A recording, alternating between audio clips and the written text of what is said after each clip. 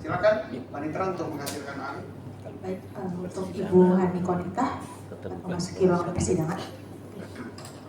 Ya, selamat siang. Terima kasih Ibu sudah hadir memenuhi undangan dari Komisi Informasi Pusat untuk didengarkan kalian selalu dari berkaitan dengan sidang sengketa yang sedang dimohonkan pemohon kepada termohon dalam hal ini AGRI, ya. Ibu nanti Ibu bersedia ya untuk memberikan keterangan ahli? Iya, saya bersedia. Baik, bersedia. Ibu boleh memperkenalkan sedikit kepada kita semuanya tentang profil Ibu sebagai ahli dalam kearsipan. Silakan. Baiklah, selamat siang majelis sidang yang saya hormati. Nama saya Hani Konita, SS MIMS. Saya mendapatkan gelar sarjana dari jurusan Ilmu Perpustakaan dan Kearsipan Universitas Indonesia. Kemudian mendapatkan gelar Master of Information Management and System in Records and Archives dari Monash University, Melbourne, Australia. Dan sekarang saya sedang menempuh studi S1 Hukum di Sekolah Tinggi Hukum Adiaksa Kejaksaan RI. Demikian background saya. Kemudian saya juga tersertifikasi beberapa ISO, yaitu ISO 3301 untuk manajemen sistem pengelolaan arsip, kemudian ISO 15489, ISO 27001, dan saya juga tersertifikasi sebagai di Arsip Nasional penyuluh kearsipan ya Pak ya, penyuluh kearsipan di Arsip Nasional RI, dan saya juga komite teknis kearsipan Komite Teknis Arsip Nasional RI untuk adopsi ISO menjadi nasional standar atau SNI. Pengalaman bekerja, saya bekerja di lembaga internasional sebagai Information Management Spesialis, yaitu ExxonMobil Indonesia selama 17 tahun. Saya juga mengajar di UI, di Universitas Yarsi, Universitas di UIN, dan beberapa universitas lainnya. Dan saya adalah Ketua Umum Perkumpulan Profesi Pengelola Rekod Indonesia atau P3RI yang berbadan hukum dan pendidikan pada tahun 2007. Demikian majelis sidang yang saya hormati. Terima kasih atas penjelasannya terhadap profil Ibu selaku ahli dalam bidang kearsipan. Saya kira layak untuk kita dengarkan keterangan beliau. Baik Ibu, kita ambil sumpah dulu ya. Baik, silakan Ibu.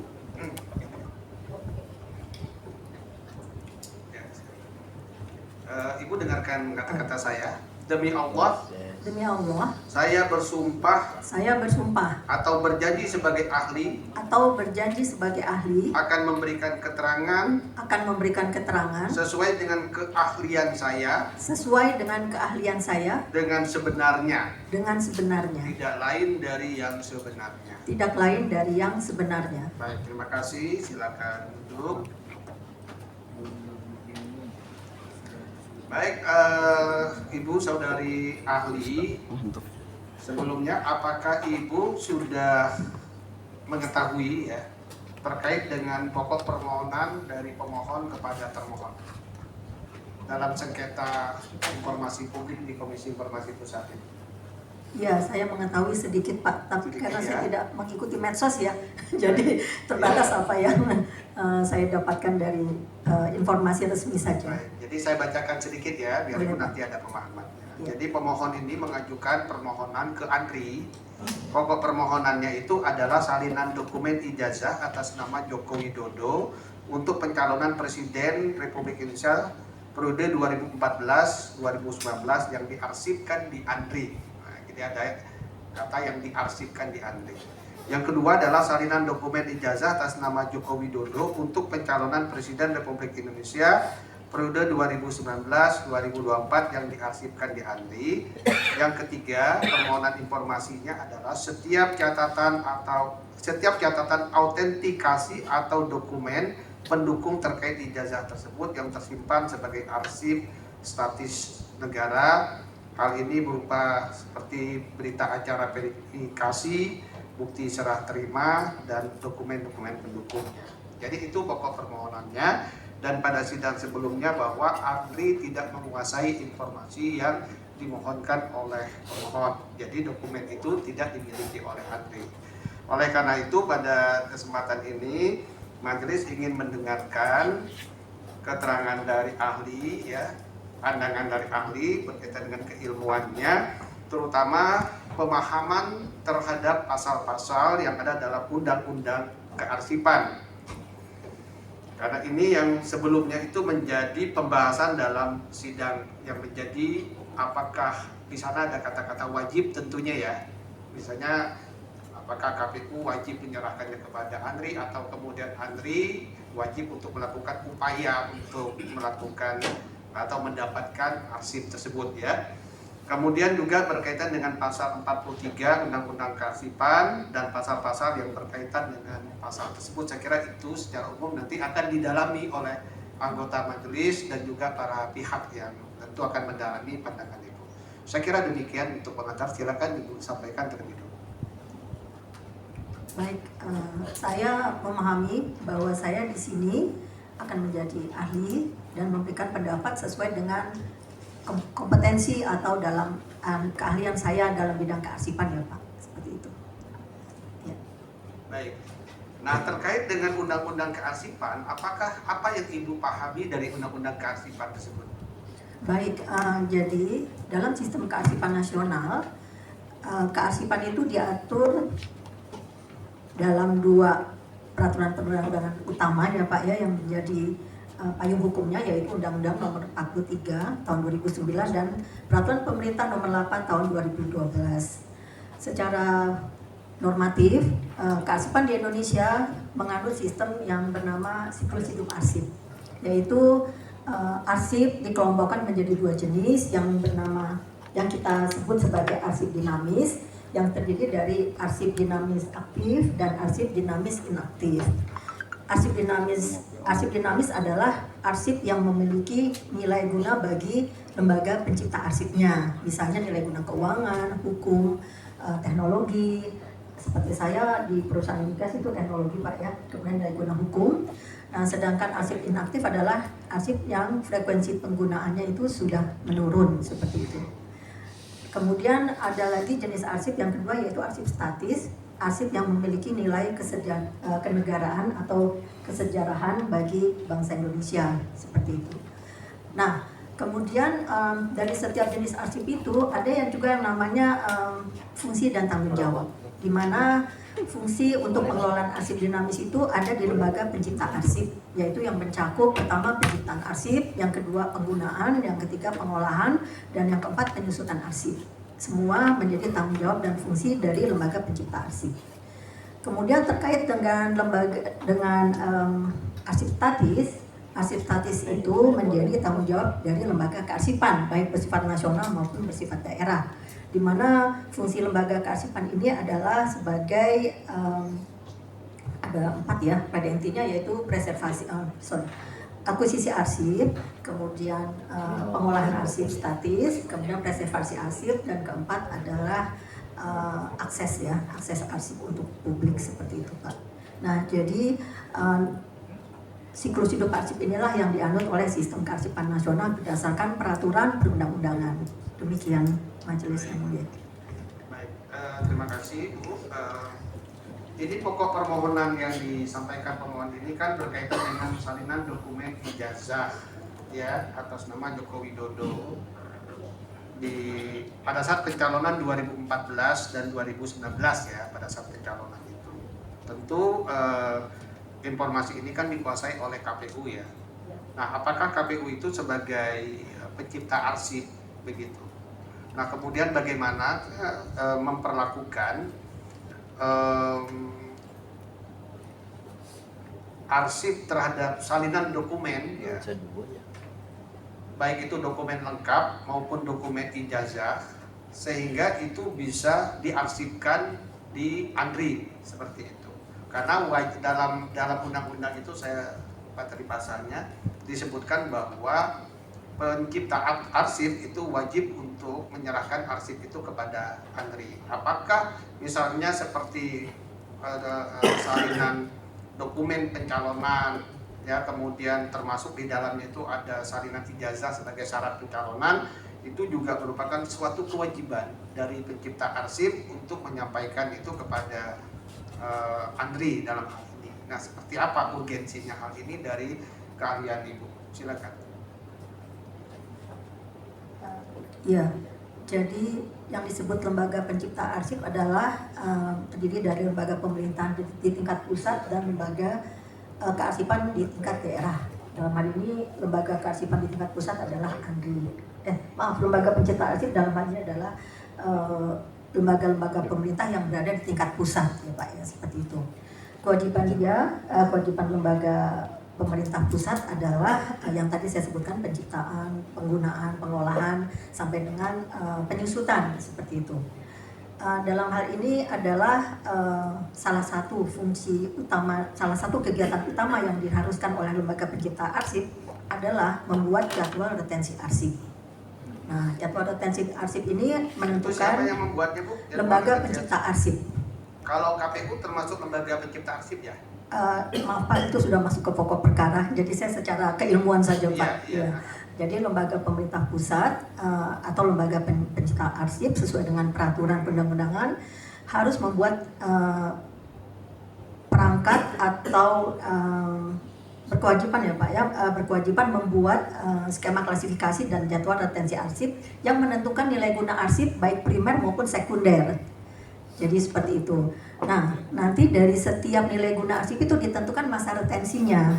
Jadi biasanya kita kalau menentukan nilai guna arsip, kita akan menggunakan peraturan perundang-undangan di mana organisasi atau badan atau lembaga kita itu beroperasi. Jadi dasarnya tetap regulasi.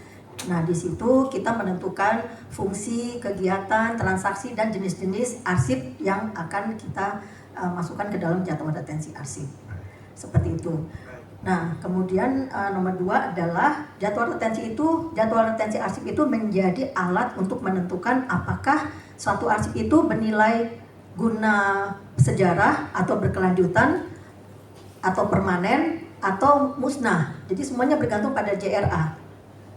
Gitu. Apa itu JRA? Jadwal retensi arsip. Oh, jadwal retensi. Ya, jadwal retensi arsip adalah suatu kewajiban ya bagi lembaga pencipta arsip untuk memiliki jadwal retensi arsip.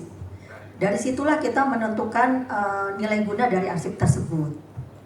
Sepanjang tidak diatur dalam JRA, berarti itu tidak wajib, Pak. Jadi kuncinya adalah JRA. Iya, jadwal retensi arsip. Nah, dalam hal ini yang dipindahkan ke lembaga kearsipan baik nasional maupun daerah adalah jadwal retensi arsip arsip yang dimuat dalam jadwal retensi arsip yang memiliki nilai sejarah atau berkelanjutan, kemudian juga memiliki keterangan permanen. Nah, baru bisa menjadi arsip statis. Tapi kalau misalnya statusnya di dalam JRA itu musnah, berarti musnah cukup sampai di lembaga pencipta arsip, tapi nanti pemusnahannya harus dilaporkan tetap ke ANDRI, seperti itu. Ya, itu praktek yang kami lakukan Pak, memang semua lembaga pemerintah yang menggunakan dana APBN wajib membuat JRA dan wajib melaporkan bila ada pemusnahan. Silakan anggota. Ya, silakan. Ya, terima kasih. Saya nggak banyak, sedikit aja Bu Andri. Dalam perspektif atau pandangan kalian, lembaga resmi ini kan Andri ya di Republik ini ya. Kalau urusan pemilu KPU, urusan tipikor KPK kan gitu ya, bagi-bagi tugas. Urusan informasi publik Komisi Informasi. Secara analogi KI diberikan kewenangan, ini ke sidang ini diberikan kewenangan. Kalau nggak ada kita paksa gitu. Ada nggak di undang-undang itu tafsir lembaga arsip dalam hal ini itu mempunyai kewenangan untuk menggunakan kewenangannya baik secara kewajiban maupun secara hukum itu memaksa gitu ya Mas. Gimana pandangan Anda? Itu. Dalam pandangan saya, lembaga pencipta arsip wajib menyerahkan arsip statis ke arsip nasional. Dalam hal ini Andri. Bukan, lembaga pencipta arsipnya Pak yang wajib menyerahkan kepada lembaga kearsipan. Dalam hal ini nasional ataupun daerah, gitu, tingkat daerah atau pusat. Jadi dalam hal ini memang ada kewajiban ANDRI yaitu akuisisi ya Pak ya, akuisisi arsip. Tapi akuisisi arsip itu biasanya mereka melakukan mengeluarkan suatu dokumen yang namanya daftar pencarian arsip, biasanya seperti itu. Ya. Nah itu yang biasanya dikeluarkan kalau mereka memang mau melakukan akuisisi arsip-arsip tertentu. Kemudian dalam hal ini ANDRI akan menerima arsip statis dari lembaga pencipta arsip. Nah, mengapa ANDRI menerima? Karena memang Setiap arsip itu memiliki fungsi yang berbeda satu sama lain dan juga nilai gunanya tergantung pada nilai guna dari lembaga pencipta arsip. Jadi tidak bisa ditentukan bahwa misalnya 10 tahun harus diserahkan gitu. Tidak ada tahun absolut untuk menyerahkan arsip statis ke lembaga kearsipan. Karena yang menentukan sekali lagi jadwal retensi JRA itu kuncinya sebetulnya. Jadi kalau di dalam JRA misalnya masa retensinya sudah habis, kemudian ada keterangan permanen, kemudian ada nilai guna sejarah atau kebangsaan, maka menjadi arsip statis. Yang apa? Retensi. Mas, jadwal retensi arsip. Ada retensi itu tadi apa? Berguna apa tadi? Nilai guna. Jadi di dalam jadwal retensi arsip itu ada nilai guna arsip. Jadi nilai gunanya ada primer, ada sekunder.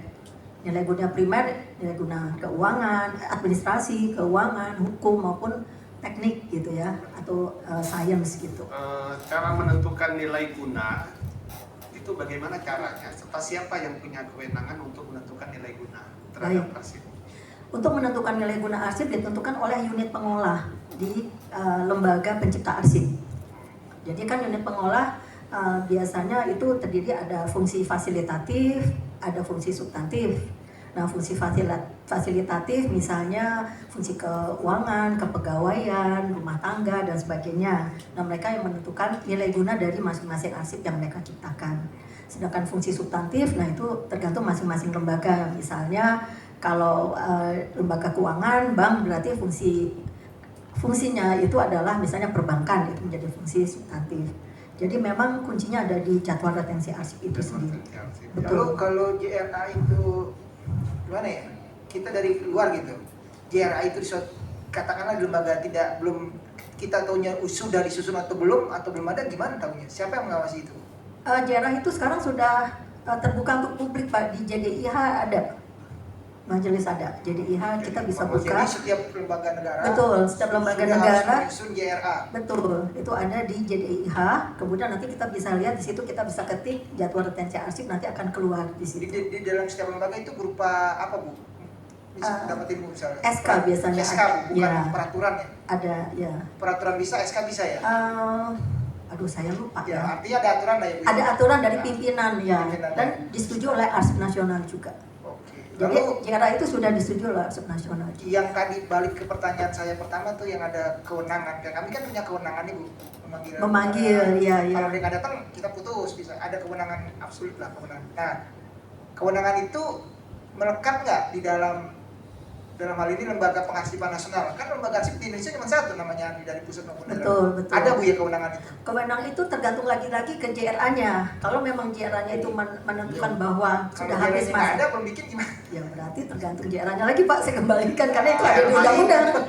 Iya, itu memang ada di undang-undang Pak, JRA Pak.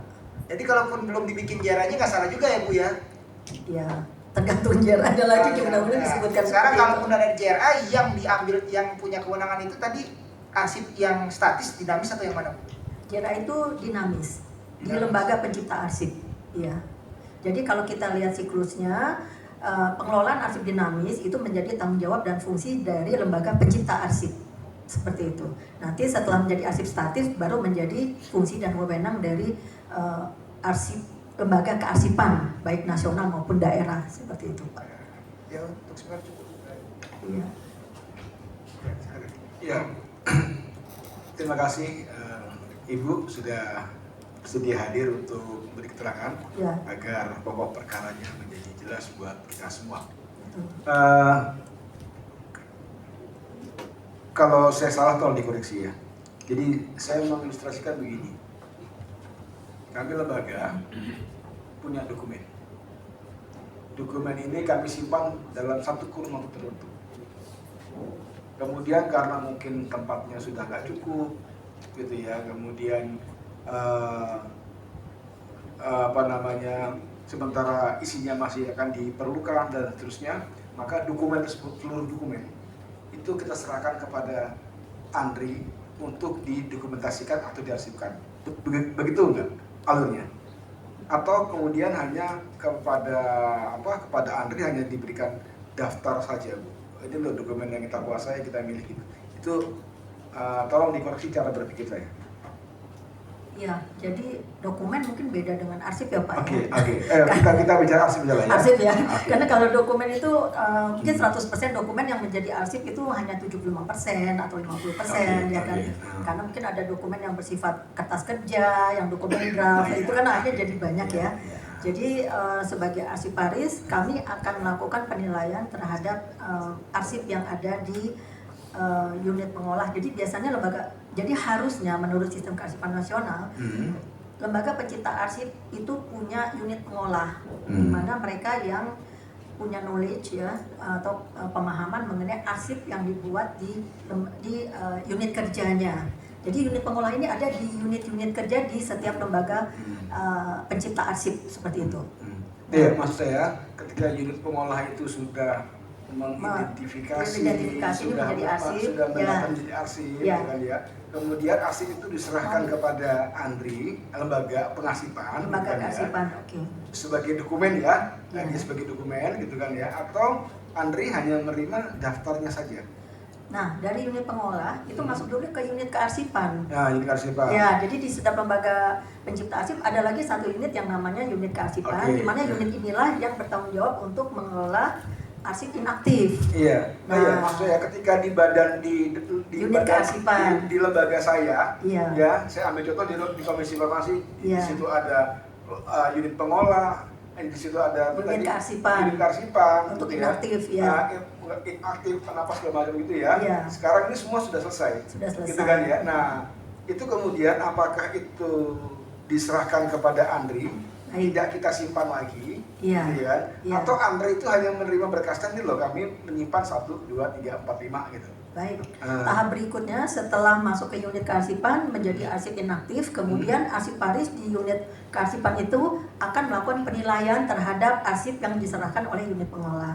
Karena mungkin saja itu ada arsip yang duplikasi, Iya, ada oke. arsip yang dokumen yang bukan arsip. Oke, Nah, sekali oke. lagi mereka akan menilai berdasarkan jadwal retensi arsip itu. Iya, Pak. iya, Nah, iya. Itu kan semenjak- semua kan sudah. ada di lembaganya Iya, tuh, ya. jadwal retensi arsip. Di Nah, di lembaga lembaganya. asal kan ya? Ya, di lembaga pencipta arsip. Lembaga pencipta. Nah, setelah lembaga pencipta arsip itu melihat, menilai ya, kemudian harus membentuk tim penilai arsip. Kemudian dia mengambil 3 tindakan sebetulnya, yaitu pemusnahan atau pemindahan ke yaitu lembaga kearsipan, Oke. ya kan gitu. Tapi hanya yang memiliki nilai permanen. Ya, dan oke, sejarah. berarti dapat saya simpulkan ketika Ya. sudah selesai di dalam Sudah sedang. di dalam Ya. kemungkinan ada dua tindakan, satu dimusnahkan, Iya, ya satu kan? dimusnahkan. Bukan satu dimusnahkan atau ya kan, dan atau diserahkan kepada Andri. Iya, Ya, begitu kepada ya. lembaga kearsipan. Atau lembaga kearsipan lah ya. Betul. Kalau di pusat Andri, di provinsi Di daerah. Andri provinsi daerah gitu ya. Betul, Pak. Seperti itu. Oke. Jadi Jadi supaya memang kuncinya di jadwal retensi arsip itu iya, yang menentukan. enggak, supaya ini apa Betul. namanya, konsep saya berpikir tidak salah menempatkan itu. Jadi intinya Betul. kan kalau di dalam saya sudah selesai, di KPU sudah selesai, Betul. maka mana KPU yang dibakar, gitu kan ya? Iya. Gitu ya. Mana yang diserahkan kepada Andri. Kira-kira kan begitu, Bu. Betul. Alurnya kan begitu ya. Iya. Setelah tentu saja proses internal selesai. Proses internal selesai. Kemudian gini, Bu. Di dalam pasal 1 Undang-Undang Andri, Iya. pencipta arsip adalah pihak yang dan seterusnya ya disebutkan. Meskipun tadi Ibu tidak mau menyebutkan, tapi kami ingin mengulangi lagi. Apakah KPU itu masuk kategori pasal 1 ayat 19 pencipta arsip?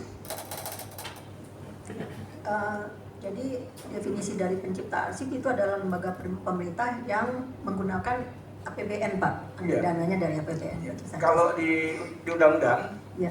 pencipta arsip adalah pihak yang mempunyai kemandirian dan otoritas dalam pelaksanaan fungsi tugas dan tanggung jawab di bidang pengelolaan arsip dinamis. Itu definisi yang disampaikan di Undang-Undang Kearsipan. Pertanyaan saya, apakah KPU termasuk pencipta arsip? Maaf, Yang Mulia, saya Ya, rasa ini Majelis sudah Komisioner. Ya, Majelis Komisioner. Ah. Saya rasa ini sudah, saya mohon izin untuk tidak menjawab Oke, karena ya, masuk ke baik. pokok Kami perkara. hargai meskipun juga justru kehadiran ahli itu adalah untuk menjelaskan itu.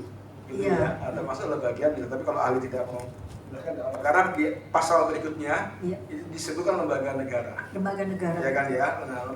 Nah, sekarang saya ganti lembaga negara itu pencipta Arsip enggak? Anda jangan komentar dulu, ngomong. Tolong hormati majelis. Nanti Anda punya hak untuk bertanya. Gitu Iya. ya. Seperti itu. Jadi apakah lembaga negara itu adalah pencipta arsip? Iya. Pencipta arsip ya. Karena Iya. KPU undang-undang lembaga negara, maka dia adalah juga pencipta arsip.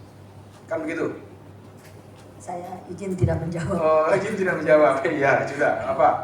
Satu. Kedua, masa retensi itu apa, Bu, yang dimaksud dengan masa retensi? Masa retensi ya. Jadi masa retensi ada dibagi dua, yaitu masa retensi arsip atau masa penyimpanan arsip ketika arsip tersebut masih aktif dan masih digunakan oleh unit kerja. Nah, ketika masa aktif itu biasanya arsip memiliki nilai guna yang tadi sudah saya sebutkan, keuangan, kemudian hukum, kemudian juga ilmiah, dan biasanya juga untuk kebutuhan operasional Jadi atau konkretnya apa, masa administrasi. retensi itu Masa retensi adalah masa penyimpanan aktif selama Oke. frekuensi penggunaannya Oke. masih tinggi. Masih tinggi, oke. Masih tinggi. Nah, jadi retensi itu berkaitan dengan penyimpanan, Bu ya. Retensi berkaitan dengan nilai dari arsip tersebut. Konkretnya bagaimana? Karena gini, ada beberapa badan publik, kalau ini sebagai informasi saja ke Baik. Ibu, ya kan ya, itu dia mengecualikan informasi. Sampai kapan? Tergantung retensi arsip, gitu ya. Logika awam saya, retensi itu berkaitan dengan masa penyimpanan. Betul. Silakan tolong dikoreksi ya. Betul, masa penyimpanan arsip sesuai dengan nilai guna yang terkandung dalam arsip tersebut Oke. selama masa aktifnya. Oke, Dan jadi frekuensi penggunaannya masih tinggi. kalau masa retensi sudah selesai, masa retensi sudah selesai, apa yang harus dilakukan terhadap arsip tersebut? Baik, jadi tadi saya sudah katakan masa retensi ada dua, aktif dan inaktif. Ya. Jadi kalau masa retensi aktif itu ditentukan oleh unit pengolah. Oke. Jadi unit pengolah itu atau unit kerja itu misalnya masih membutuhkan untuk kebutuhan audit. Nah, misalnya auditnya ada beberapa kali, berarti dia masih aktif. Oke. Nah, tetapi kalau audit sudah selesai, kemudian mau dipindahkan ke unit kearsipan menjadi inaktif, nah itu nanti harus sesuai dengan masa retensi yang ada di perundang-undangan, yaitu 2, 5, dan 10 tahun. Oke. Nah, itu inaktifnya. Saya ambil contoh konkret. Di dalam keterangan persidangan, Ya. bahwa pihak KPU itu menunjukkan PKPU nomor 5 tahun 2014. Ya. Di situ jelas disebutkan masa retensi 3 tahun. Masa retensi 3 tahun. Iya, nah itu apa maknanya menurut keahlian Ibu secara keilmuan dan secara norma hukum? Baik, Pak. Jadi masa retensi 3 tahun harus dilihat apakah ditaruhnya di kolom, Di kolom, aktif, di kolom. aktif atau inaktif. Nah itu, jadi harus ada dua. Oke. Ketika aktif 3 tahun berarti setelah aktif 3 tahun harus dipindahkan ke unit kearsipan menjadi inaktif berapa tahun? 2, 5, dan 10. Nah tergantung dari masa retensi inaktifnya yang disyaratkan dalam undang-undang, peraturan perundang-undangan. Nanti baru diambil tindakan akhir, apakah musnah atau permanen, seperti itu. Ya, Jadi- saya izin ketua, saya ngecek sekalian ya. Ya boleh, aktif atau inaktif. Jadi PKPU berapa pemohon? PKPU 15. Yang tadi ada PK apa? Ada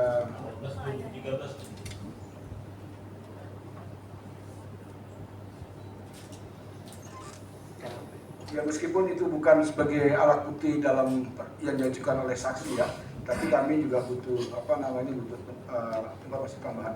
Dapat tadi peraturan berapa? 18 tahun 2013. 18 ya. Tahun 2013.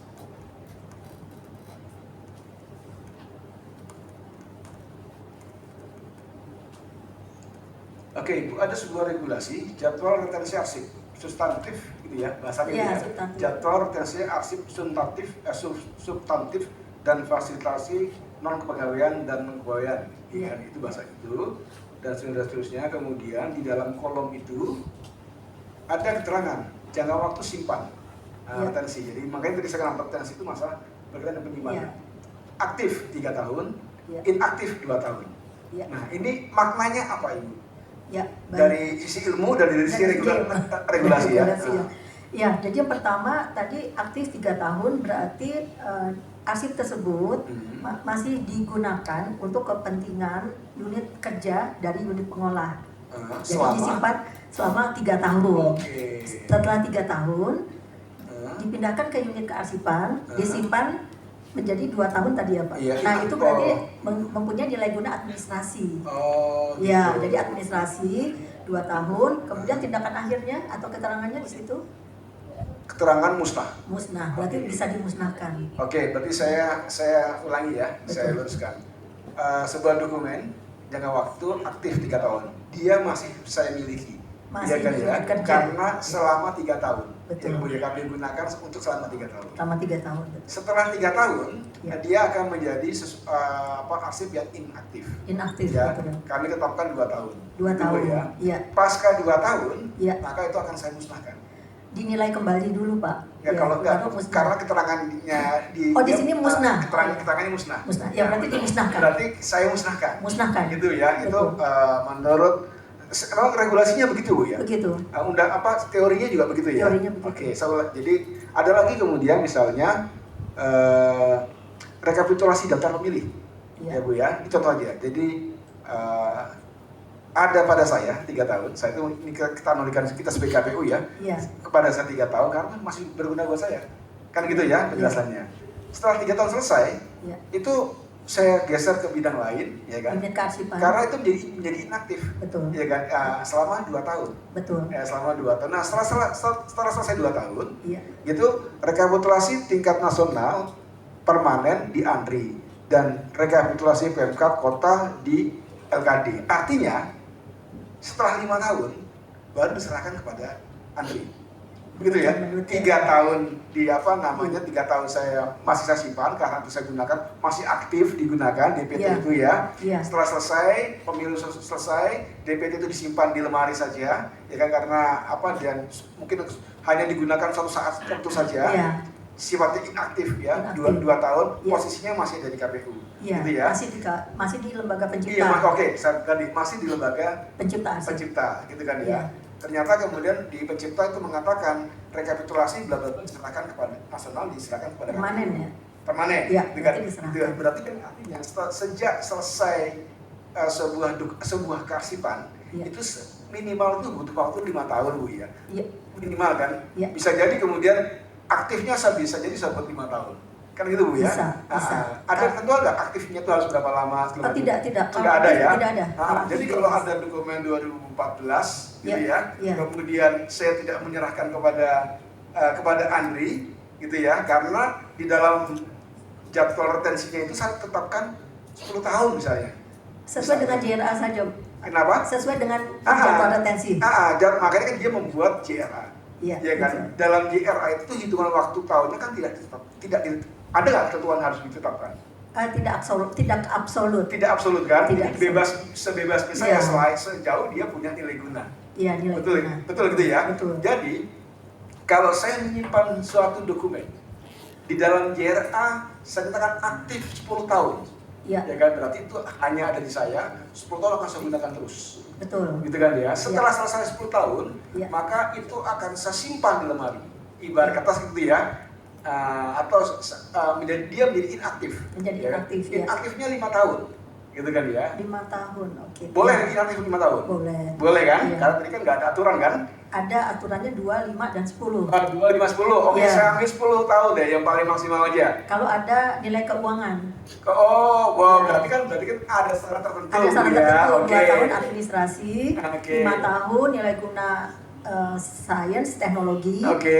10 tahun nilai keuangan. Oke. Jadi inaktifnya itu 2, 5, dan 10. Oke, yang tadi kalau yang aktif tadi sama juga Bu. Kalau yang aktif bebas. Oh, yang aktif bebas. Bebas. Yang aktif mau 3 tahun, 10 Iya. tahun, 20 tahun tuh bebas. Ya, yang menentukan unit kerja. Unit Ya. kerjanya. Tapi yang inaktif tadi, Yang inaktif tadi. itu ada kriterianya ya. Iya. Ada yang administrasi 2 tahun, Ya, yang 5 tahun tadi apa? ilmiah, Ilmiah. Iya. Kemudian 10 tahun keuangan. keuangan. Oke, saya ganti Bu ya.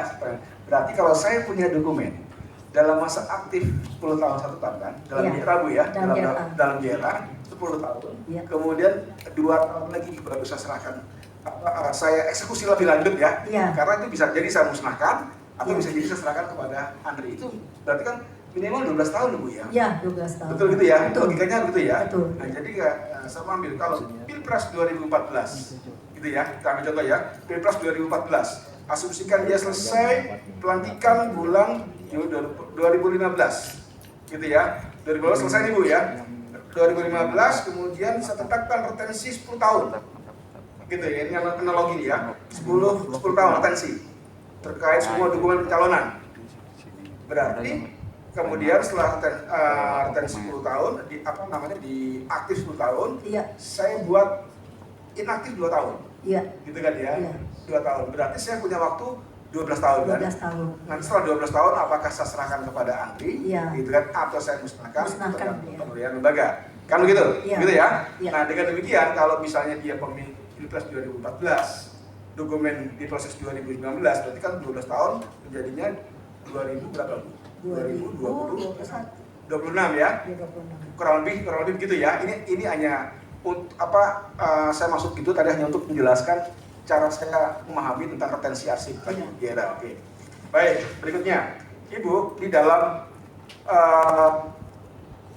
ijazah itu masuk kategori arsip atau apa Bu?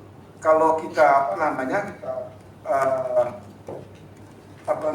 dan satu yang kedua, menurut pengetahuan Ibu dari sisi aspek regulasi dan keilmuan, ijazah itu siapa penciptanya Ibu?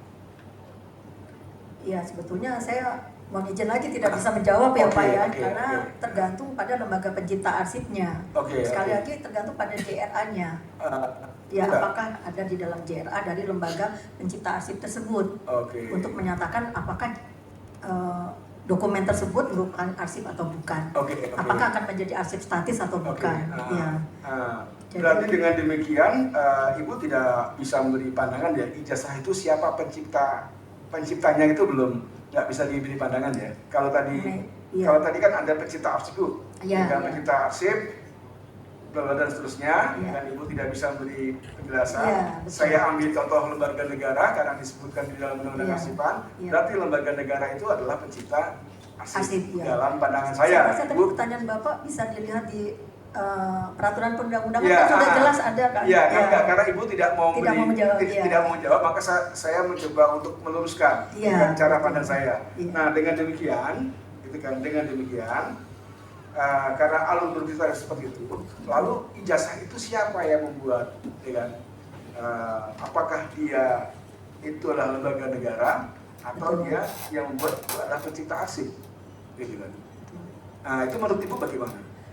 Ya, sekali lagi suatu arsip menjadi tanggung jawab dari pencipta arsip. Gini Mbak, lembaga pencipta arsip bertanggung jawab untuk membuat dan menerima arsip, ya kan dalam hal ini sesuai dengan tupoksinya. Ya, jadi kita lihat saja Pak tupoksinya itu siapa yang. Lihat tupoksinya Bu ya. Baik. Dengan demikian Bu. Itu di dalam peraturan perundang-undangan ada kok Pak. Jadi sesuai dengan fungsi dan melakukan analisa fungsi dan kegiatan dari setiap lembaga pencipta arsip. Berarti kalau tadi dilihat fungsinya Bu ya, KPU itu pencipta ijazah. Dikembalikan lagi Pak ke tupoksinya ya. Berarti ijazah itu dengan tupoksinya KPU untuk membuat. Itu bacaan saya, makanya justru Ibu, kehadiran Ibu kan untuk kita memperjelas. Jangan kami dibuat menafsirkan salah lagi. Karena nanti ada ketentuan di dalam undang-undang kearsipan, pencipta arsip itu dapat diperbolehkan untuk membatasi akses terhadap informasi, gitu loh. Nah itu akhirnya ke sana Bu. Gitu. Maka kami butuh penjelasan dari Ibu, Satu, siapa itu pencipta arsip? Ya kan? Lembaga negara. Ya kan ya? Di situ KPU bisa jadi adalah lembaga negara dan dia sebagai pencipta arsip. Betul. Tadi Ibu menjelaskan juga bahwa dalam penciptaan arsip itu juga harus dilihat tupoksinya gitu ya. Betul. Nah, dengan demikian, apakah ijazah itu adalah yang menciptakan itu adalah KPU atau lembaga negara lain? Dua. Ya kan? Ketiga, itu nanti berlari lagi kepada pasal pengecualian tadi Bu, pasal 44. Pencipta arsip dapat menutup akses ya kan, terhadap informasi 1, 2, 3 yang sama dengan di pasal 17. Itu runtutannya ke sana, Bu. Maka kami mau tahu nih, gitu kan, menurut pandangan Ibu, menurut norma hukumnya dan juga keilmuan, Iya. bagaimana status ijazah itu, Bu, dalam konteks yang tadi saya sebutkan. Ibu bisa kasih pencerahan kepada kami? Iya. Jadi sebetulnya untuk arsip yang diciptakan oleh lembaga pencipta arsip, ketika mereka membuat atau menerima arsip, mereka sudah bisa menentukan sistem akses dan keamanan informasi dari setiap arsip yang mereka ciptakan atau sudah mereka buat. Dan itu merupakan salah satu perangkat yang harus dimiliki oleh lembaga pencipta arsip, skema dan keamanan informasi. Jadi arsip apa saja yang boleh dibuka, arsip mana saja yang terbatas dan sebagainya itu ada di dalam skema keamanan dan klasifikasi arsip, dan itu juga wajib dimiliki oleh lembaga pencipta arsip. Oke, Jadi, Bu. ya. Oke, makasih. Lagi, Bu, di pasal 43. Pasal 43 itu menyebutkan, saya bacakan lagi, biar saya nggak salah. Ya. Karena ini saya berhadapan dengan ahli, ini jadi saya harus jangan sampai salah nanti komanya, Bu. Praktisi. Ya. Para pakar semua ini ya. Nah, di pasal 43 disebutkan begini, Bu. Arsip yang tercipta pada lembaga negara, pemerintah daerah, dan perguruan tinggi yang berkaitan dengan kegiatan sebagaimana dimaksud dalam pasal 43 ayat 2 wajib diserahkan kepada ANRI dalam bentuk salinan autentik dari naskah asli. Salinan autentik dari naskah asli. Ini maknanya apa, Bu? Salinan autentik dari naskah asli. Ya, izin saya membacakan masalah otentifikasi arsip ya. Iya, oke.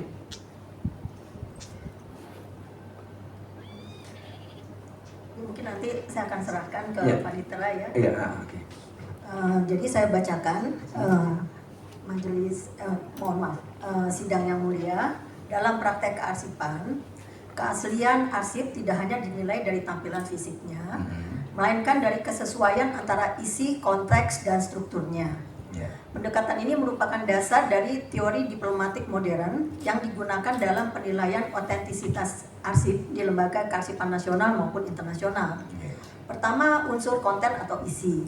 Di sini kita memastikan bahwa informasi... Izin Ibu bisa masuk kepada pokok yang tadi saya maksudkan saja, nanti kalau bisa kamu saja. Oh iya, karena di sini sebetulnya kita mesti melihat juga dari 3 elemen dari suatu arsip. Ya, Apakah saya mau, atau apa gini, mohon maaf Bu ya, mohon Iya. maaf. Saya konkretkan aja deh ya. Salinan otentik dari naskah asli, gitu ya. Iya. Saya punya dokumen keputusan Iya. yang dalam masa JRA tadi wajib harus diputuskan untuk diserahkan kepada lembaga kearsipan. Iya. Maka yang saya berikan adalah dokumennya ini asli sebagaimana Betul. adanya, Betul. gitu ya. Atau ya kan ya, ini saya replikasi dulu, saya fotokopi dulu, Ya. gitu ya. Makanya yang saya serahkan kepada ANRI sebagai lembaga kearsipan setelah selesai JRA-nya itu adalah salinannya. Itu yang mana, Bu? Ya, jadi sebetulnya untuk arsip kita diperbolehkan melakukan alih media. Ya, itu diperbolehkan alih media.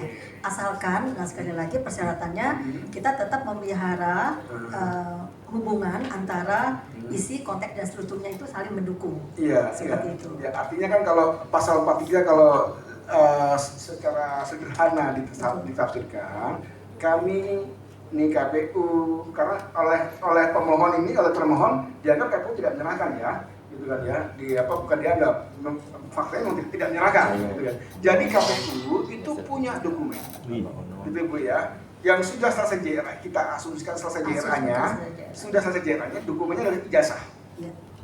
Dalam pasal 43 disebut salinan autentik, Iya. gitu kan ya. Maka saya akan dapat 1 fotokopi juta ijazah tuh itu ntar yang bagi sudah 2. mau fotokopi, gitu kan ya.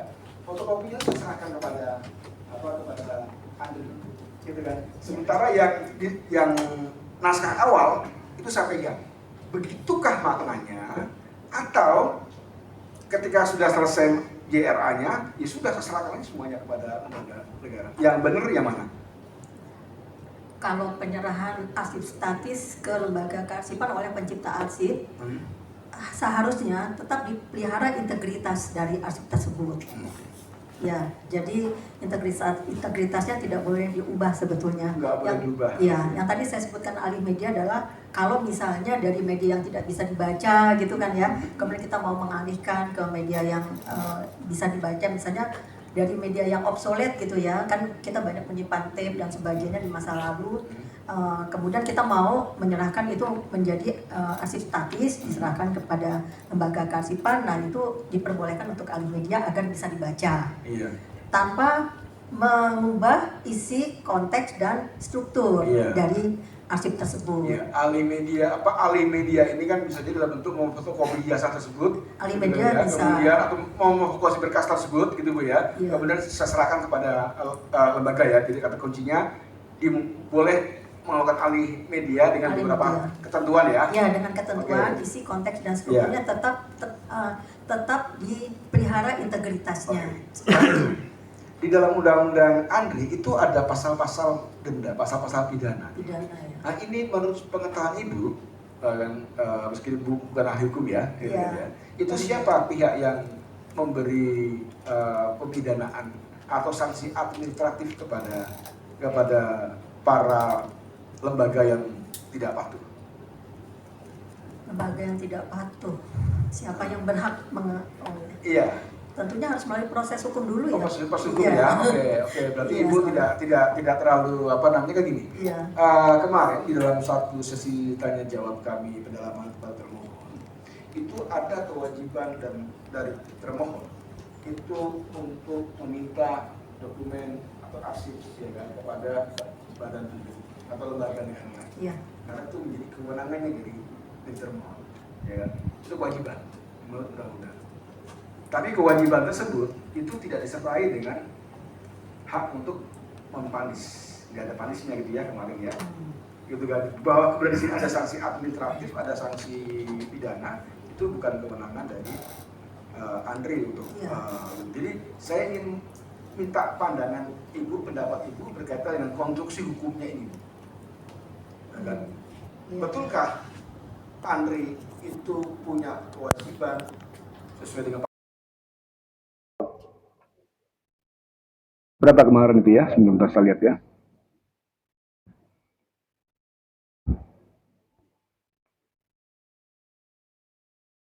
Ya, pada saat cari punya intinya bahwa Andri itu menurut regulasi undang-undang itu punya kewajiban untuk meminta, gitu kan ya, terhadap semua dokumen yang arsip statis itu untuk itu punya kewajiban. Betul Bu ya. Kewajiban menerima sebetulnya kalau Andri menambah koleksi ya. Kewajiban menerima. Bukan kewajiban untuk memaksa gitu kan. Kalau dalam kalimat itu menambah khasanah arsip statis kalau gitu ya. Iya. Enggak, karena saya pikir gini. Ini Komisi Informasi sudah selesai nih urusan dokumennya gitu kan ya. Iya. Kemudian Andri datang nih. Komisi Informasi, aduh serahkan dokumennya kepada kami. Begitu. Jadi dalam peraturan dalam sistem kearsipan nasional, Andri wajib menerima dan menambah khasanah arsip statis yang diserahkan oleh lembaga pencipta arsip. Kemarin pasal berapa ya Pak anggota ya? Yang kemarin karena normanya berbeda Bu yang dengan tadi ya. Iya.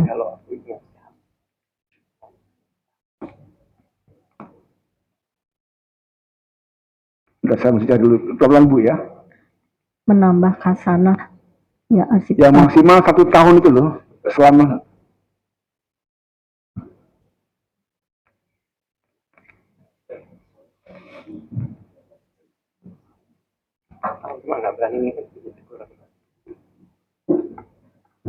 Ya kemarin sama konteks misalkan Bu 42 ya, pencipta arsip wajib menyediakan arsip, kemudian pencipta arsip pada lembaga negara membuat daftar arsip dinamis dengan 2 kategori, terjaga dan arsip umum, pencipta arsip kemudian kebutuhan, dan kemudian saya mesti cari satu persatu karena lupa saya tulis ini.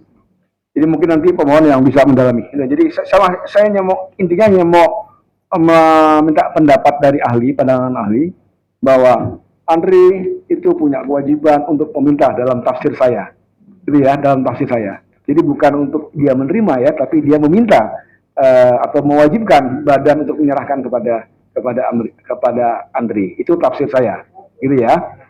Tapi tafsir ibu kan adalah dia hanya menerima saja, gitu ya. Kemudian kedua, bahwa ada sanksi, ada pengsangsian di sini, ya Bu. Ada sanksi administratif dan ada sanksi sanksi pidana, ya kan ya. Nah, Ibu bisa menjelaskan apakah betul Andri itu, atau bukan apakah betul ya, benarkah Andri itu tidak punya kewenangan memberikan sanksi administratif kepada para penggiat dalam tanda petik ya,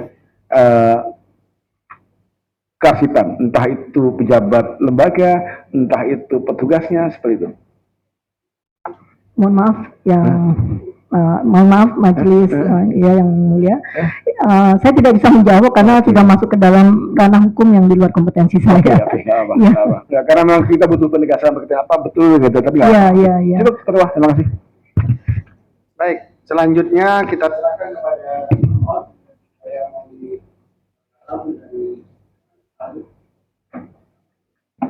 silakan.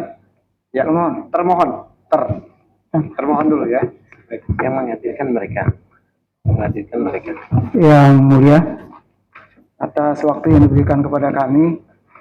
Yang pertama, kami menyampaikan sebenarnya karena ini terkait dengan keahlian di bidang kearsipan, kami di awal sebenarnya agak ragu dengan keahlian dari yang hadir ini, meskipun latar belakang pendidikannya ada kearsipan, namun untuk membicarakan kearsipan dalam konteks katakanlah ini adalah bukan hanya keilmuan kearsipan yang diperlukan, tetapi menguasai undang-undang kearsipan.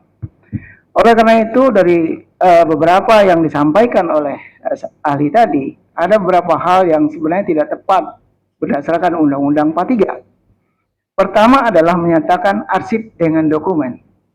Jadi ada pernyataan bahwa tidak semua dokumen itu arsip. Berkas kerja tidak termasuk dokumen. Bahkan ada pernyataan juga bahwa hanya 75 atau 50% itu akan menjadi arsip. Padahal dalam konteks Undang-Undang 43, pasal 1.2 mengatakan arsip itu rekaman kegiatan atau peristiwa dalam berbagai bentuk dan media sesuai dengan perkembangan teknologi informasi dan komunikasi yang dibuat dan diterima oleh lembaga negara, pemerintah daerah, dan seterusnya dalam konteks kehidupan bermasyarakat, berbangsa, dan bernegara. Artinya apa? Seluruh rekaman kegiatan dari suatu lembaga negara itu adalah arsip. Nah, untuk bahwa setelah arsip itu tercipta, itu harus dikelola. Nah, pengelolaannya menggunakan instrumen pengelolaan arsip dinamis yang dimulai dari tata naskah dinas, kemudian klasifikasi arsip, JERA, dan sistem klasifikasi keamanan akses. Konteksnya dalam kasus ini adalah itu terkait dengan jadwal retensi arsip. Dan itu tadi juga sudah jelaskan terkait dengan jadwal retensi arsip. Jadi kami ingin tegaskan karena kami dari pembina kearsipan bahwa arsip itu adalah seluruh rekaman kegiatan dari pelaksanaan fungsi dan tugas organisasi. Nah, itu yang pertama. Kemudian yang kedua, itu setiap arsip yang tercipta itu harus dikelola. Jangka waktu pengelolaannya ditentukan dalam jadwal retensi arsip. Nah, kemudian tadi terkait dengan yang membuat kami agak ini adalah konteksnya pertanyaan yang disampaikan oleh majelis pasal 43. Itu kemudian dijelaskan oleh ahli tadi, sebenarnya kami tidak mendapatkan jawaban sesuai dengan Undang-Undang 43. Itu konteksnya adalah arsip terjaga. Jadi tidak samakan dengan arsip yang biasa seperti yang disampaikan oleh... Iya, jadi begini kepada termohon. Majelis pemeriksaan ini pasti akan bersikap independen. Ya, jadi kalau saudara merasa meragukan keahlian dari ahli, gitu ya silakan nanti diungkapkan dinyatakan dalam bagian-bagian kesimpulan saudara, gitu kan ya.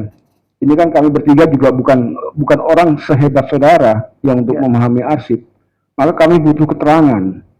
Ya kan, apakah keterangan itu berguna atau tidak itu nanti yang apa namanya kami yang akan menilai, gitu ya. Dan kemudian apakah ahli ini punya kompetensi dan punya keahlian dalam pandangan majelis itu sudah apa namanya sudah memenuhi. Jadi jangan didiskualifikasi ini ibu ini. Itu kan Anda tidak sependapat dengan pendapat ibu ahli, silakan sampaikan yang tidak bagian yang tidak sependapat itu, gitu ya. Tapi jangan kemudian didelegitimasi seolah-olah bahwa Andri atau Anda lah yang paling berhak untuk menafsirkan sesuatu. Itu di anu aja, kami ini nggak tahu, gitu kan ya, mana yang benar sesuai dengan kaidah keilmuan, sesuai dengan kaidah apa norma hukum, gitu kan ya. Maka kami butuh keterangan orang lain yang kami anggap itu memahami. Itu bahwa saudara tidak sepakat dengan ahlinya, ya silakan hak saudara. Tapi jangan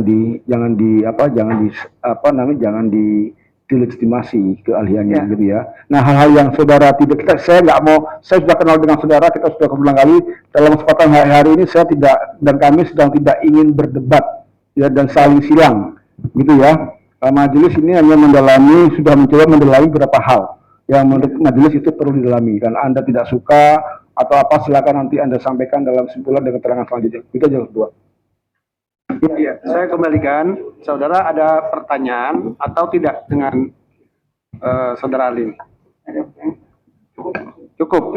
Iya, kalau cukup ya. Kalau cukup, kesempatan saya berikan kepada pemohon. Silakan. Ya, terima kasih, Bu.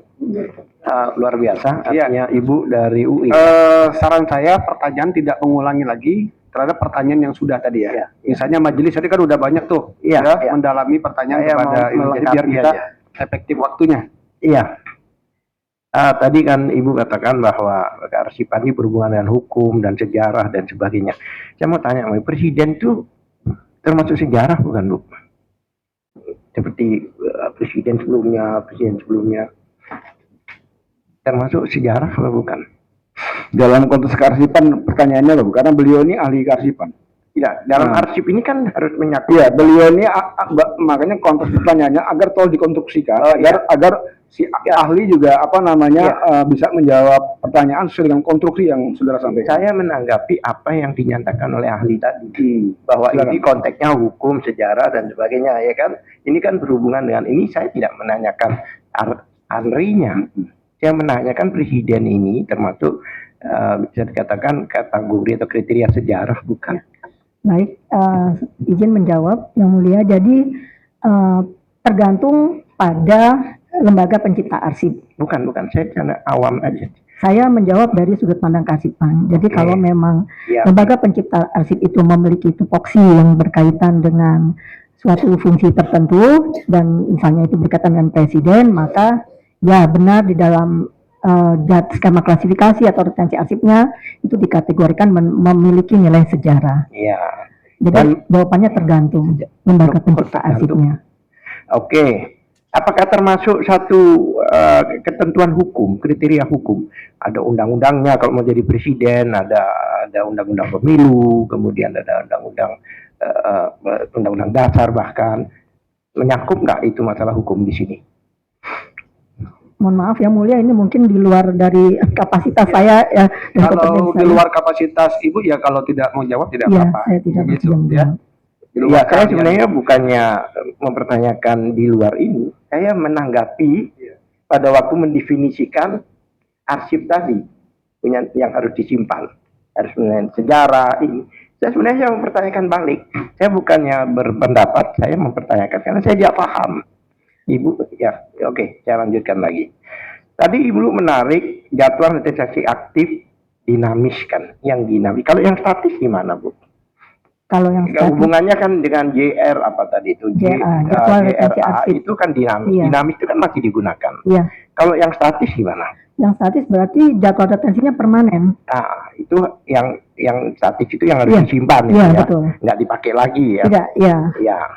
Ya. Kemudian kan kita kalau bicara presiden ya, itu kan bukan cuma Jokowi, sebelumnya kan ada presiden juga, sebelumnya ada juga, dan yang nangani KPU juga.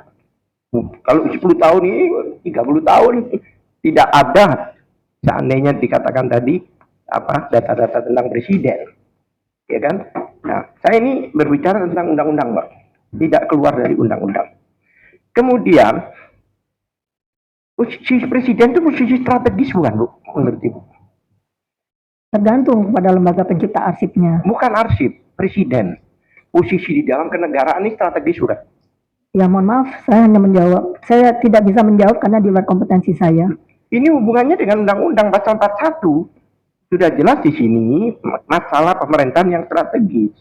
Bukan hanya soal apa itu yang 41 itu. Gimana ada beberapa poin ya kalau saya boleh bacakan di sini. Kalau saya boleh bacakan di sini. Itu kan ada beberapa Pasal 41 ayat di undang-undang apa, Pak? ayat 2. Ayat 2 di dalam undang-undang apa, Pak? 43 bukan 41. Undang-undang kearsipan. Pasal 43. Kan ini merujuk, Pak, dari pidana ini. Kalau saya bilang ini hubungannya dengan pidana. Hubungannya dengan pidana ini kan merujuk pasal ke mana tadi ya? Maaf.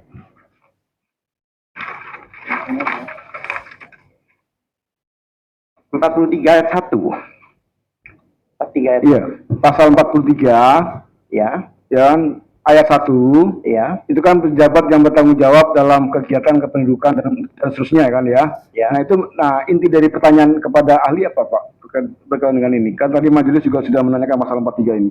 Ya, di sini kan dikatakan yang bertanggung jawab ini hubungannya kan itu ya, dalam kegiatan kependudukan, kewilayahan, kepulauan, perbatasan, perjanjian internasional kontrak karya, dan masalah pemerintahan yang strategis.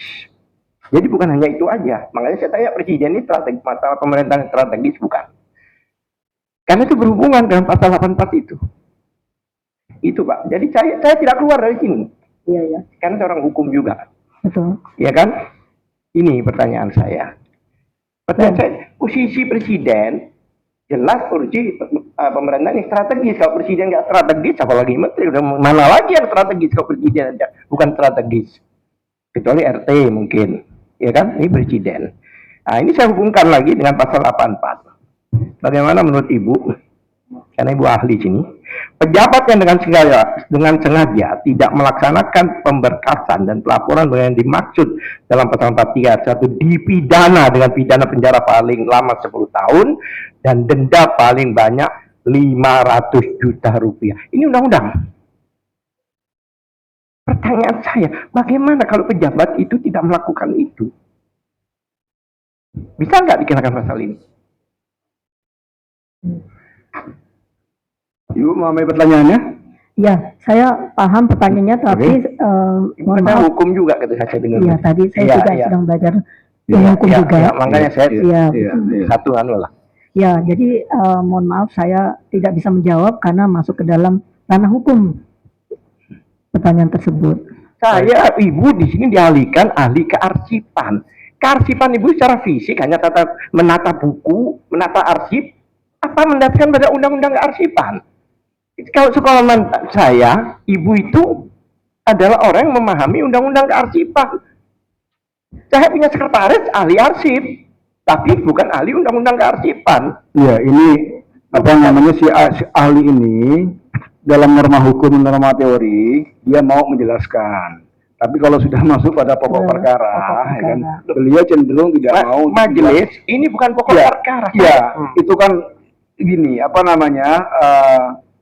Kita boleh tidak sependapat dengan ahli, boleh tidak sependapat, dan juga boleh juga meragukan keahliannya ahli. Silakan. Saya tidak meragukan, tapi jangan kemudian si ahli ini ya kan ya kita paksa untuk ya kan menjawab, memberi keterangan yang dia tidak mau. Lain ya, tidak mau sama tidak tahu. Itu. Nah, itu kan itu yang tadi yang disampaikan oleh saksi, oleh ahli tadi beberapa kali. Iya, gitu ya. Maaf majelis, saya bukan membantah majelis. Ini persidangan ini kan mencari kebenaran material ya, walaupun ini nggak ngomong Andri, ini pejabat. Saya kan bicara ini, kecuali saya ngomong Andri, ini pejabat. Nah, pejabat siapa itu? Ya ini sekarang kita cari. Ya, silakan. Ahli paham nggak dengan pasal 84? Mohon maaf, saya tidak memahami. Dalam undang-undang pejabat yang Iya. dengan sengaja tidak melaksanakan pemberkasan dan pelaporan sebagaimana dalam pasal 43 yang tadi sudah dibacakan, Iya, itu dipidana penjara paling lama 10 tahun dan denda paling banyak 500 juta. Iya, Nah, apakah ahli ingin menjelaskan terkait dengan pertanyaan dari pemohon? iya. Saya mohon izin Yang Mulia bahwa pertanyaan dari pemohon masuk ke dalam ranah hukum pidana. Seperti itu. Majelis tadi berbicara juga tentang sanksi pidana. Berarti itu merupakan ranah dari diskusi kita. Baik, jadi nggak usah dipaksakan. Majelis sudah apa namanya? Iya, saya paham itu. Pemohon ahli Ahli, sudah iya. menyatakan Iya, beliau iya, tidak bisa jawab. Silakan menggali. lanjutkan pertanyaan. Kan yang lain. kami menggali, Majelis. Iya, ya. Jadi Berarti tadi- untuk pertanyaan ini stop, ya, karena Harus yang lain, dia nggak tahu. yang lain, ya.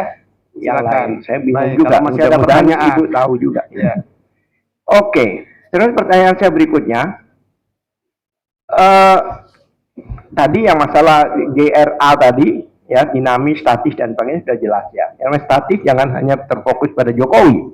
Andri tidak pernah menyimpan ijazah para presiden Republik Indonesia ini. Bukan hanya, itu pun saksi ini ada majelis.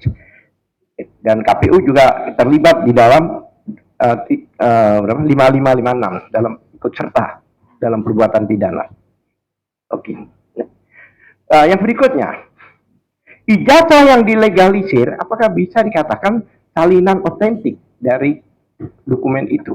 Ya, Kan tadi disinggung oleh salinan Hakim. otentik. Izin saya membacakan tentang menentukan keaslian dokumen. Enggak, jawab aja ini. Mohon maaf, itu sudah masuk ke Ya, pokok tadi perkara. saya bantu. Tadi Ali menjelaskan bahwa diperbolehkan alih media. Iya, saya dengan beberapa syarat tertentu. Yang kondisi tertentu ya, menjaga integritasnya dan iya. dan seterusnya. Konten. Sekarang saya ulangi lagi. Ya. Ali juga tegas saja kalau tuh bukan ya bukan, iya dan iya. Ya. Jadi pertanyaan pemohon tadi, Oke. apakah ijazah tadi masuk sebagai apa tadi? Majelis tadi Ya, kan silakan. bertanya. Saya ini mengutip pernyataan majelis, Ya, loh, nggak ada yang ya. keluar dari sini loh. Ijazah yang dilegalisir apakah bisa dikatakan salinan otentik? Saya nggak bicara ijazah Jokowi. Jadi ini bukan substansi. Tadi juga bilang, saya nggak ngomong Andri. Ijazah termasuk ijazah saya.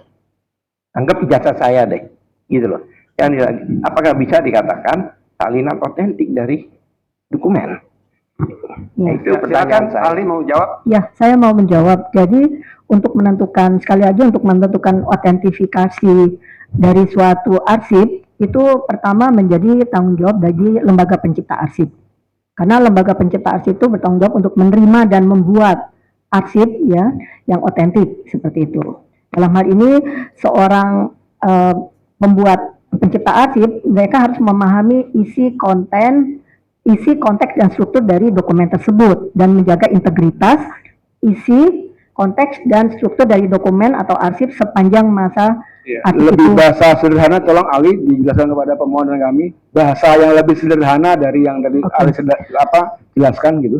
Ya, karena saya Pertanyaannya juga begini ya, saya begini. luruskan lagi. Jadi biar nggak muter-muter kemana. Tadi Iya. kan pemohon ini bertanya tentang ijazah yang dilegalisir dalam konteks arti yang secara umum. umum ya. Ya. Apakah itu termasuk dalam arsip apa namanya otentik? Legalisir. Iya, ijazah yang dilegalisir. Ijazah yang Iya. dilegalisir. Mhm. Ya, jadi sekali lagi untuk memverifikasi apakah ijazah itu otentik atau bukan secara teori dan praktek, sekali lagi saya tekankan, seorang arsiparis harus memahami isi, konteks dan struktur dari ijazah tersebut. Nah, jadi misalnya dari isi ya, Bapak ya yang mulia, harus dilihat ya. Di sini kita memastikan bahwa informasi yang tercantum dalam dokumen konsisten dengan fakta administratif pada periode ia dibuat. Nama pejabatnya, nomor surat, tanggal, dan sebagainya. Kemudian juga konteksnya, penilaian terhadap asal-usul dokumen, tujuan penciptaannya, serta proses yang melahirkan dokumen tersebut. Tadi dalam kasus legalisir, nah kita harus melihat prosesnya bagaimana dalam melegalisir dokumen tersebut atau arsip tersebut dan konteksnya. Kemudian strukturnya, walaupun sudah dilegalisir, tapi kita harus melihat juga strukturnya, apakah bentuk, format dan elemen formal yang menyertai arsip tersebut, misalnya kop suratnya, penomorannya, cat, tanda tangan dan sebagainya, apakah sesuai dengan standar organisasi pada masa arsip itu dibuat. Ya, jadi kesimpulannya itu ditentukan sendiri oleh pencipta arsip ya. Ya, pencipta arsip yang membuat atau menerima arsip tersebut. Itu, ya. Saya puluhan tahun membuat dan menerima arsip dan selalu melakukan verifikasi dengan 3 elemen tersebut. Saya puluhan tahun, 30 tahun. Baik, baik. Ya. Silakan, Bentar, belum. Artinya tidak menjawab lah istilahnya. Iya. Tidak, Ibu tidak menjawab. Saya menjawab secara teori. Ya, oke, teori. Silahkan dari Loh, iya, verifikasi nggak masalah. arsip hari. Iya, Kan iya. ada pertanyaan lain. Saya tidak puas ini dengan pertanyaan ini, silakan Oke. pemohon.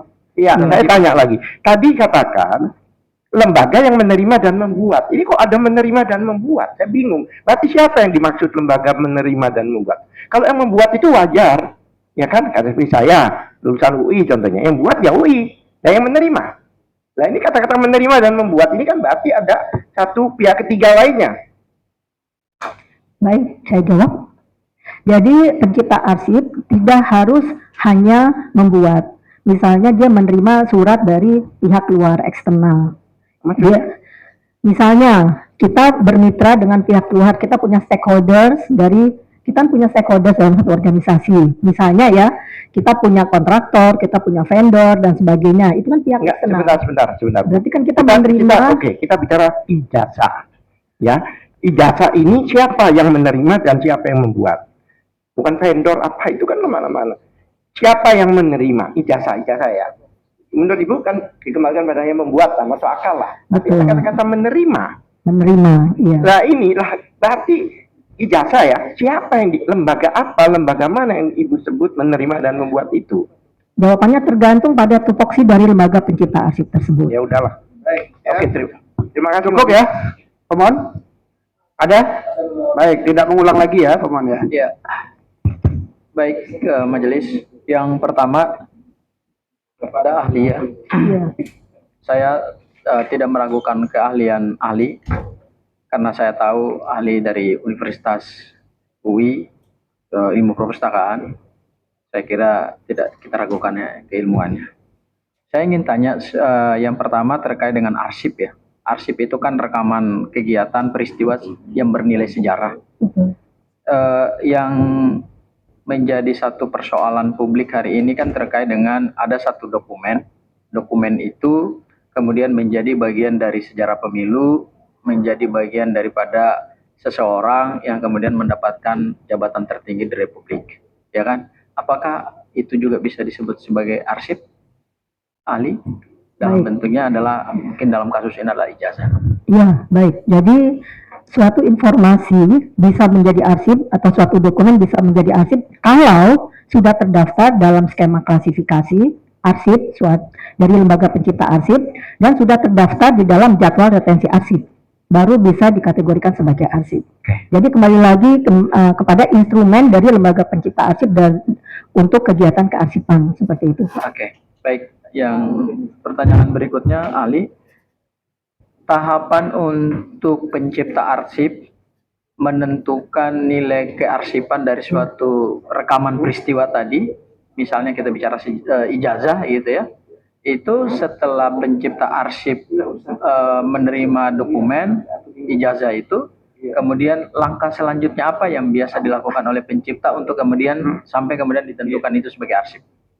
Iya, jadi secara umum dikatakan bahwa lembaga pencipta arsip memiliki 4 fungsi utama, yaitu penciptaan yang tadi, kemudian penggunaan dan pemeliharaan. Ya, penggunaan dan pemeliharaan yang biasa kita sebut sebagai arsip dinamis, aktif. Kemudian selama masa penggunaan itu akan digunakan untuk keperluan atau untuk operasional dari lembaga tersebut atau sesuai dengan tupoksinya. Nah, kemudian dari situ baru lembaga pencipta arsip melakukan penyusutan atau masuk ke yang masa inaktif tadi, melakukan penilaian terhadap arsip. Nah, dari situ baru dia akan menentukan yang mana yang menjadi arsip statis. Seperti itu. Baik, ahli. Saya merujuk ke Undang-Undang Arsip ya. Iya. Yaitu di pasal 69 lembaga kearsipan berwenang melakukan autentikasi arsip statis dengan dukungan pembuktian. Jadi ketika suatu dokumen, misalnya katakanlah dalam konteks ini adalah ijazah itu kemudian masuk dalam arsip statis misalnya gitu ya, meskipun kita belum bisa menarik kesimpulan karena kan retensinya retensinya kan belum ditentukan gitu ya. Apakah memang setiap lembaga arsip yang menerima arsip statis itu wajib melakukan autentikasi, dan autentikasinya seperti apa sih yang saudara ahli pahami? Ya, jadi memang melakukan verifikasi dari arsip memang ditegaskan juga dalam peraturan perundang-undangan, memang pencipta arsip memang harus melakukan verifikasi terhadap arsip yang dia terima atau dia buat. Seperti itu. Nah, caranya bagaimana? Yang tadi saya sudah jelaskan, yaitu harus memahami isi, konteks, dan struktur dari arsip yang diterima atau dibuat. Jadi seperti itu. Nah, jadi verifikasi ini dilakukan 2 kali sebetulnya, yaitu pada saat diterima atau dibuat oleh lembaga pencipta arsip, dan nanti oleh lembaga kearsipan ketika menerima dari arsip statis dari lembaga pencipta arsip. Jadi saya ulangi sekali lagi, penegasan aja dari ahli, penegasan aja ya, saya minta penegasan aja. Berarti autentikasi daripada satu data arsip itu dilakukan dua tahap ya. Tahap pertama adalah ketika pencipta arsip menerima dokumen, kemudian dia harus melakukan autentikasi, kemudian pada saat lembaga arsip menerima daripada pencipta arsip juga harus melakukan autentikasi. Baik. Oke, berarti itu penegasan saja ya dari ahli ya? Ya, betul. Baik. Sedangkan metodenya yang sudah saya sebutkan tadi sebelumnya, yaitu harus memperhatikan isi, konteks, dan struktur dari arsip tersebut. Baik. Itu pekerjaan yang mungkin cukup ya. Majelis, silakan. Tes, baik. Terima kasih majelis. Izin melalui majelis ya. Saudari ahli ya. Tadi mungkin sudah baca yang bertanya. Tapi saya memang sebenarnya sudah diwakili juga tentang autentikasi ya. Pertama saya ingin tanya, di undang-undang ini kan ditulis autentikasi, sementara dalam kamus bahasa Indonesia itu otentik. Itu sama nggak itu? Auten dengan otentik? Karena regimnya beda-beda saya. Nah, karena justru autentikasi ini kalau kita pakai Word itu dibilang nggak bahasa Indonesia. Tapi yang bahasa Indonesia itu justru otentik. Kayak gitu. Tapi nggak apa-apa, mungkin bukan ahli bahasa, tapi anggaplah sama ya, common perception ya. Di sini kan memang tadi ada disebut pasal 41 bahwa memang benar bahwa ada 2 fase autentikasi, yaitu fase dinamis dan fase statis ya. Dinamis pada saat pencipta arsip menerima dokumen, dia harus autentikan. Nah, pertanyaan saya, saudari ahli, pada saat melakukan autentikasi, keahlian apa yang dibutuhkan? Misalnya arsiparis, dokumen forensik, atau jangan-jangan apa, ahli karbon atau gimana? Terima kasih. Baik, izin menjawab. Jadi di dalam Undang-Undang 43 Nomor 29 di pasal 41 ayat 3 bisa dibuka.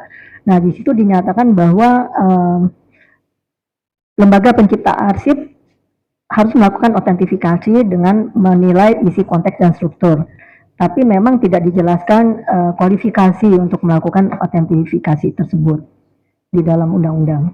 Mohon izin majelis, saya ingin bertanya, karena begini, saya kan peneliti, saya harus mendapat dokumen autentik. Jadi selama ini rumor beredar, yang dikasih ke KPU saya, dokumen yang dikasih KPU ke saya itu autentik. Hanya gara-gara diverifikasi oleh seorang petugas administrasi.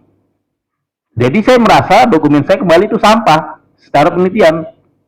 Saya ingin ada bagi saya autentik itu adalah kalau dilakukan oleh Andri atau KPU yang bukan topik tupoksinya autentik, tapi didampingi oleh arsiparis atau mungkin ahli dokumen forensik ya, mungkin ya, dokumen forensik. Seperti itu. Jadi saya ingin mendalami pendapat ahli, otentik yang bagaimana sebenarnya yang dimaksud oleh undang-undang ini. Karena sudah pasti ya, kalau bagi saya kita awam, otentik itu kan pasti tadi ini fotokopi, ini asli, kan harus tahu apakah otentik kalau dari segi kontennya, struktur, isi, macam segala kan harus dilihat aslinya. Seperti itu. Kenyataannya kan memang tidak pernah nih dilihat aslinya, tapi langsung dibilang divalidasi asli. Bahkan saya bilang UGM bilang asli, Bareskrim bilang asli, tapi asli nggak pernah lihat. Seperti itu. Hanya gara-gara mengatakan berdasarkan informasi isinya dilihat, mungkin benar. Oh iya benar, nama NIM-nya si Anu, NIM kuliah tahun segini, tapi secara fakta tidak pernah dilihat dibandingkan head to head. Ya, izin menjawab. Jadi untuk menentukan otentifikasi di masa penciptaan itu kami biasanya punya yang namanya checklist. Jadi checklist itu isi lengkap. Jadi ada metadata yang kita harus isi, metadata tentang arsip, metadata tentang agen, metadata tentang proses, metadata tentang operator dari arsip tersebut. Nah, dari checklist itu nanti kita bisa lihat apakah memang otentik atau bukan. Jadi ada metadata yang mengatur untuk menentukan otentifikasi tersebut. Metadata itu diatur oleh standar SNI ISO nomor 23081. Jadi bukan dalam undang-undang, iya. Artinya, saya perdalam lagi, artinya ini belum menjawab sebenarnya, apakah petugas KPU bisa mengatakan itu otentik atau tidak dengan metadata itu tanpa melihat aslinya? Saya pikir kita tidak masuk ke sana ya, bukan kompetensi dan bukan ahli untuk menjawab tersebut ya. Tapi kalau Anda bertanya otentik sama otentik silakan ya. Tapi kalau sampai dalam apakah betul dan seterusnya itu bukan, kita tidak sedang minta keterangan ahli. Baik majelis. Nah, cukup kalau begitu. Cukup ya? Iya, terima kasih. Sudah? Baik, saya kira sudah cukup. Terima kasih pada ahli yang sudah memberikan penjelasan berkaitan dengan keilmuan, pengalaman, ya. Dan kami persilakan kepada Ibu untuk kembali kepada ruangan pengunjung. Terima kasih sekali lagi. Terima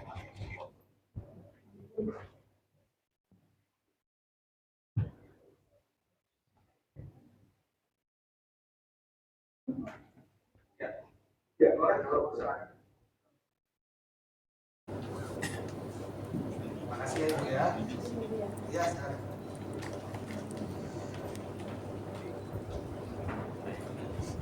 Baik, para pihak pemohon maupun termohon, saya kira kita sudah cukup ya mendengarkan keterangan ahli, keterangan saksi, kemudian juga bukti-bukti pada sidang sebelumnya juga sudah kita laksanakan, dan selanjutnya kita mempersilakan kepada para pihak untuk membuat kesimpulan, menyampaikan kesimpulan, dan kesimpulan itu disampaikan kepada panitera. Jadi tidak ada sidang kesimpulan. Sidang kita selanjutnya adalah pembacaan putusan. Kami tanyakan apakah saudara 1 minggu cukup membuat kesimpulan? Cukup ya, pemohon cukup ya, termohon cukup, pemohon cukup ya. Nanti kemudian majelis akan melakukan musyawarah. Kira-kira 2 minggu dari sini, dari waktu sekarang kita akan membacakan putusan ya. Saya kira demikian, cukup. Baik. Dengan demikian, sidang sengketa informasi nomor 049/Romawi/KPSDPSI/2025 antara Dr. Bonatua Silalahi terhadap Arsip Nasional Republik Indonesia Andri, sidang saya nyatakan diskor.